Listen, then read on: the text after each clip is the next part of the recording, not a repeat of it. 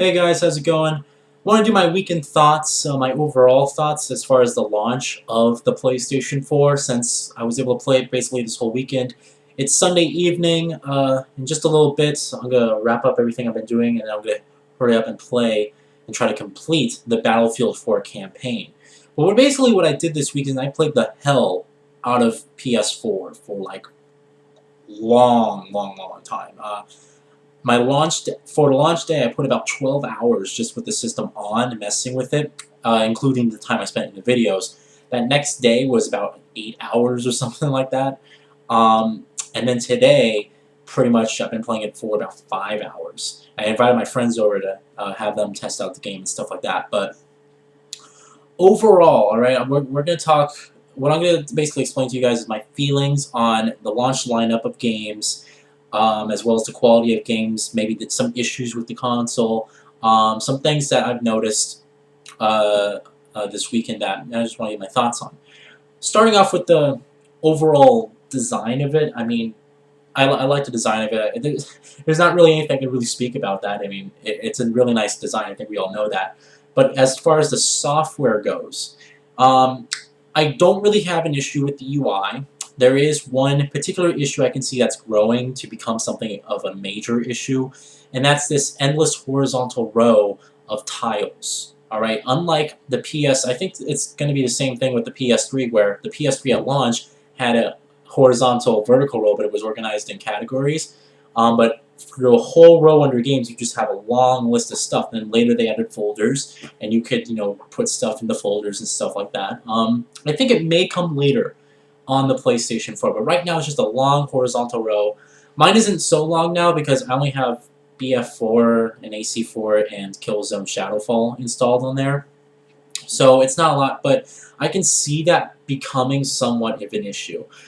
It'd be simpler if if it just automatically organized it all into a game folder and then it would be fixed. But as far as that goes, that's sort of how it's organized. The PlayStation Store is still having issues loading up. I was able to get on it a couple times yesterday with no problems. Today, some loading problems and stuff like that.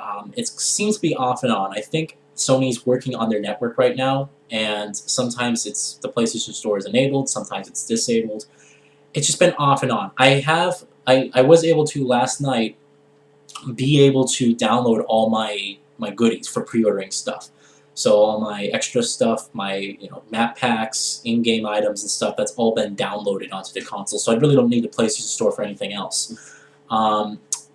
Overall, the system is very fast. It's very fast. There is no waiting time whatsoever. I can see that there are certain games that aren't optimized for it. Killzone Shadowfall, of course, is optimized for the software. When you press the PlayStation button, you go to the home screen, it automatically pauses the game. For Battlefield 4, it's different. If you press the home screen button while you're playing the game, it doesn't pause the game. Like if you're watching a cutscene, I want to check what my friends are online. Press the PlayStation button. Press the PlayStation button.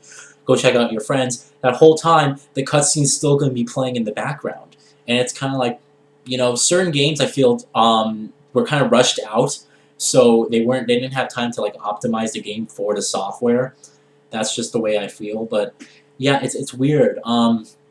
Battlefield 4 doesn't use the DualShock's touchpad, doesn't use the light bar, and isn't optimized for really the system software. So again, your gameplay will happen in the background while you're sitting there on the main menu checking out what friends you have online.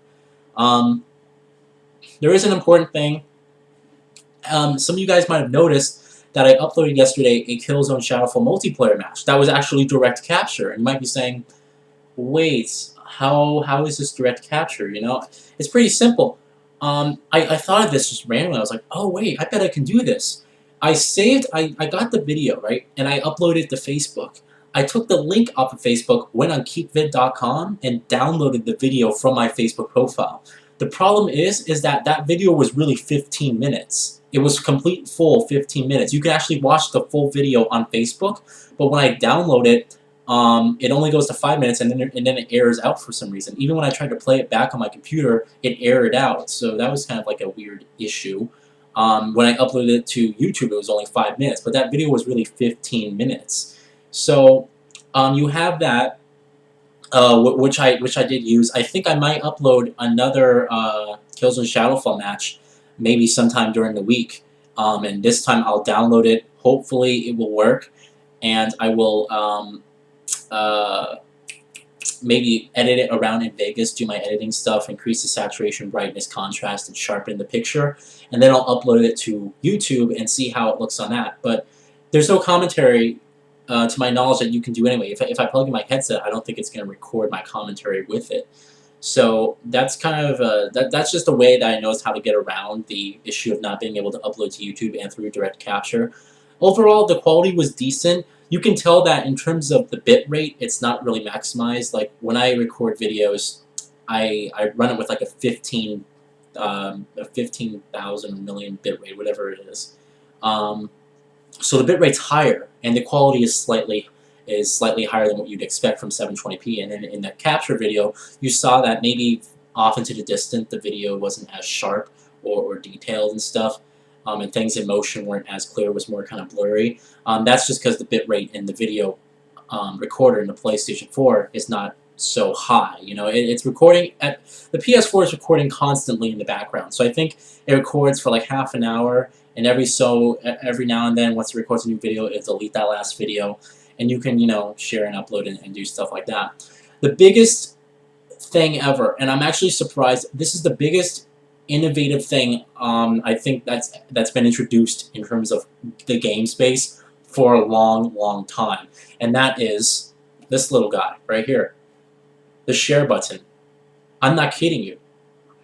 When they announced there's going to be a share button on this controller, I was like, hell I need that for? I'm never going to use that. But let me tell you something.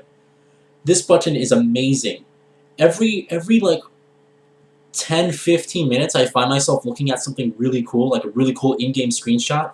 Boom, press share, upload to Facebook, and I've uploaded like so many pictures, like over the course of like over my Killzone Shadowfall playthrough, and now over Battlefield 4. This share button is incredible. It really is. It's an amazing button. I'm so surprised because I didn't think it was going to be like boom amazing.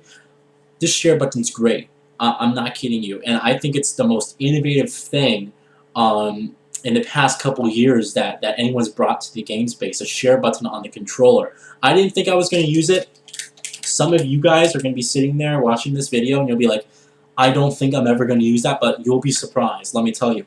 There was a really cool thing I had in Killzone Shadowfall where I like killed an enemy like really like I used the environment and stuff. It was a pretty cool video. For those who saw it on Facebook, it was a really cool video. But I uploaded the video to Facebook, right? Cut it down like a minute and a half, and a lot of people were able just to comment. It was just a really cool thing to share, you know? And when cool stuff like that happens in game, like you'll like, something awesome will happen. Like something really epic. You're like, wow, that's incredible. Boom, you can press share, and you can just trim the video and upload it straight to Facebook and Twitter. I wish YouTube, but not YouTube yet. I think YouTube is going to be coming later. But yeah, that's I was so surprised. Like I didn't think the share button was going to be anything amazing. But let me tell you, I'm so surprised how much I love that button. I really am. Overall, the console's quiet. It's so. I haven't heard that thing make noise this whole weekend. Like not a single peep. Maybe when I press X and I start the game, you'll hear the disc go like, ring. But it's silent. It's like dead silent on. I'm so surprised because I was thinking to myself, I'm like, you know, I wonder how loud the console's gonna be. But it's so whisper quiet. It's like a hybrid. You barely notice it's on at all. I love the sleep feature, and what I mean by that, or the standby feature, I guess it's called. Got something in my eye. Damn it. All right, that's fine. For the standby feature, what you can basically do is, you know, it's like you're turning the console off, but it goes in standby. So overnight, and basically, it will check with the PlayStation Store, check with games, and it'll update your applications and games overnight. So it's kind of like with PlayStation Plus, except it does this all in the background, like all the time, and it also uploads all your data to the cloud storage. So overall, the negatives I have to say are this. the system does not tell you when your friends go online. I've looked through notifications and everything. There is no way that the system can notify you when a friend goes online and when a friend goes offline. It'll notify you when you get messages and trophies, but there's no longer a, oh, so-and-so just went online. It doesn't say that at all. It's I don't know why they removed that. But if you want to find out, when a friend goes online, you actually have to press the PlayStation button and go up to your friends. It does not tell you at all. All right, and I looked and I tried to, I know if there's a way. I guess there's just no way. There is just no way to find out whether a friend goes online or not. I have no idea.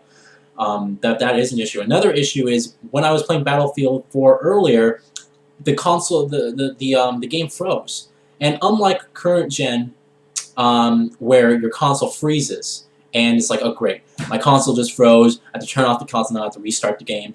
The game froze, but because it's more like a computer, the actual OS didn't freeze, if that makes sense. Meaning when you're playing a computer game, the game freezes, but you can still press Control-Delete and go to Windows and do all that stuff. It's the same thing with PS4. My Battlefield 4 froze. I was like, great, it's frozen. I pushed the PlayStation button, and I try to close the application, and I get this error message that pops up. It's like, oh, send this to Sony so we can help determine what this error could be. So I fill in the data, I send it to them.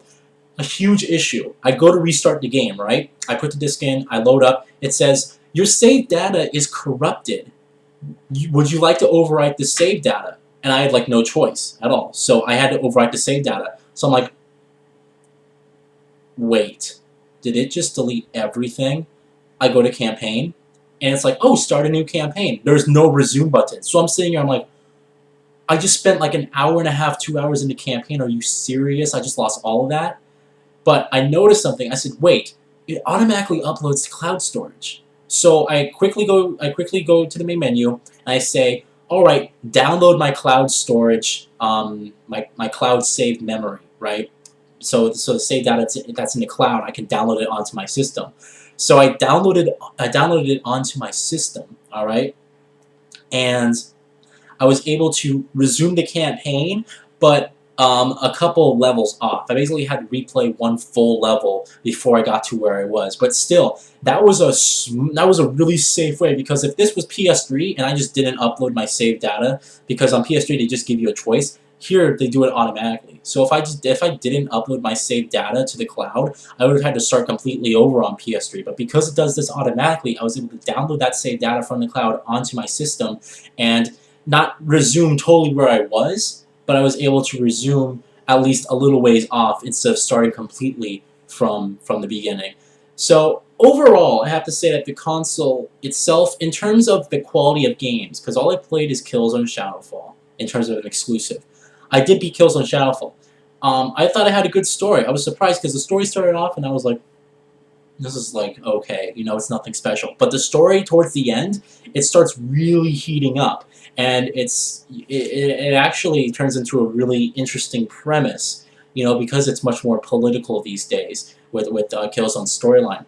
But I thought Killzone was a good game. I thought it definitely got more interesting towards the end. The graphics were incredible. It had a crazy twist, too, a crazy twist towards the end that actually had something to do with Killzone 3. Like one of the characters from Killzone 3, it kind of actually, to be honest, it kind of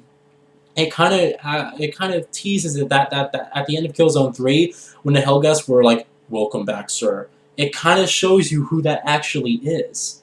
So it was interesting because I guess in that respect, because Guerrilla said it was a reboot and that you'll never find out what happens at the end of Killzone 3. Maybe not directly, but at least they hinted at something towards the end of Killzone Shadowfall that made you say, all right, fine, that is, if that's the least you're going to give me, that's fine, that's satisfying.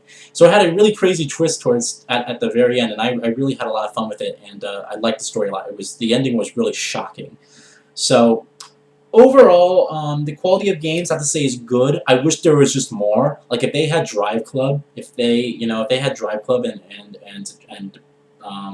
Watch Dogs and I didn't try Knack out yet, but maybe if they had Drive Club, it could be better. But in terms of what Xbox is offering at the moment, I still think it's a more diverse set of games. But we're gonna have to see. It may be that all of Xbox One's exclusives we just have it may just be like a quantity over quality thing where PS4 has quality and Xbox One just has quantity.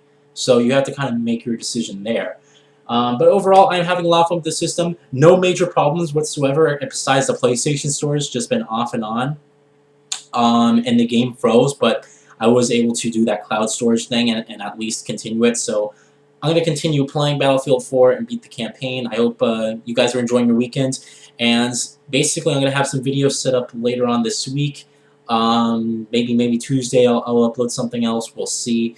And then Friday, it's deja vu because we're going to pick up the Xbox One and do the exact same thing we're doing with the PlayStation 4. All right? You guys have a great day.